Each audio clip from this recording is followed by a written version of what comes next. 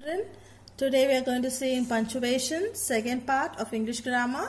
The first part I hope so you understood. In the second part, let us see some of the punctuation marks. Listen carefully. Okay? Yes. Let's go with it. Square brackets. Okay? Square. Square means you know to draw a square shape. So just a bracket will become in a square shape. Okay? So used by the editor to indicate extra information. Just simple as it. The meaning is used by the editor to indicate extra information. So this is a symbol we use for square brackets. Open bracket, close bracket. Then what do we do here? The example. The book states that when climbing it, in the bracket we have mentioned mountain. It is important to be very safe.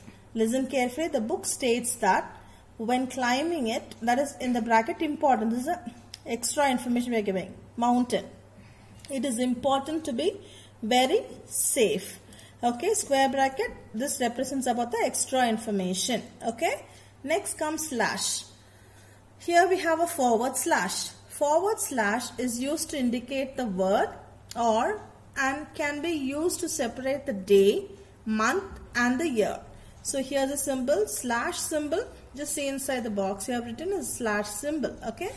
So I repeat the meaning of slash again.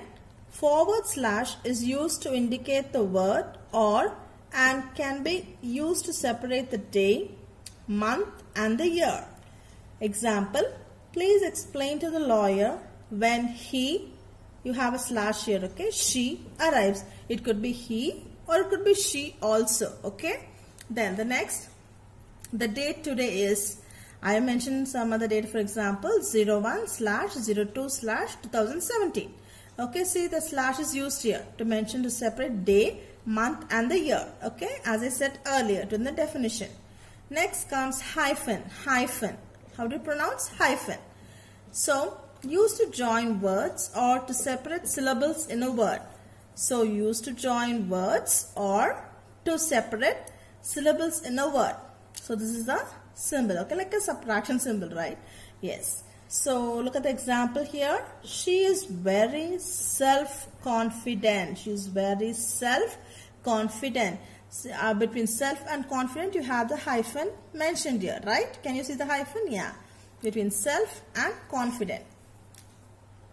Next, her son is going to be 4 years old.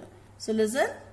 Her son is going to be 4 years old. So see in between here 4 and years, in between you have a hyphen, and years and old in between you have a hyphen. Okay, yeah, fine. Now let's move on to the next one. N dash. N dash, okay, indicates a period of time, range of numbers or a distance.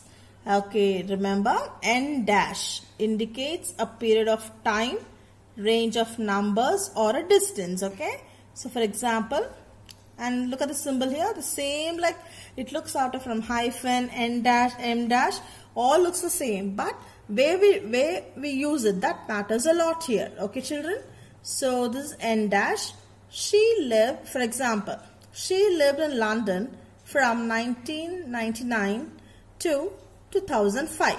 We mentioned here, right, a period of time, right? We are just mentioning the year here from 1999 to 2005. We put an N dash. It's an N dash, okay? Next, the number range from 1 to 20. We say 1 to 20, or we can put this dash. This dash represents N dash. Remember, E-N-D-A-S-H, okay? N dash, okay? Fine.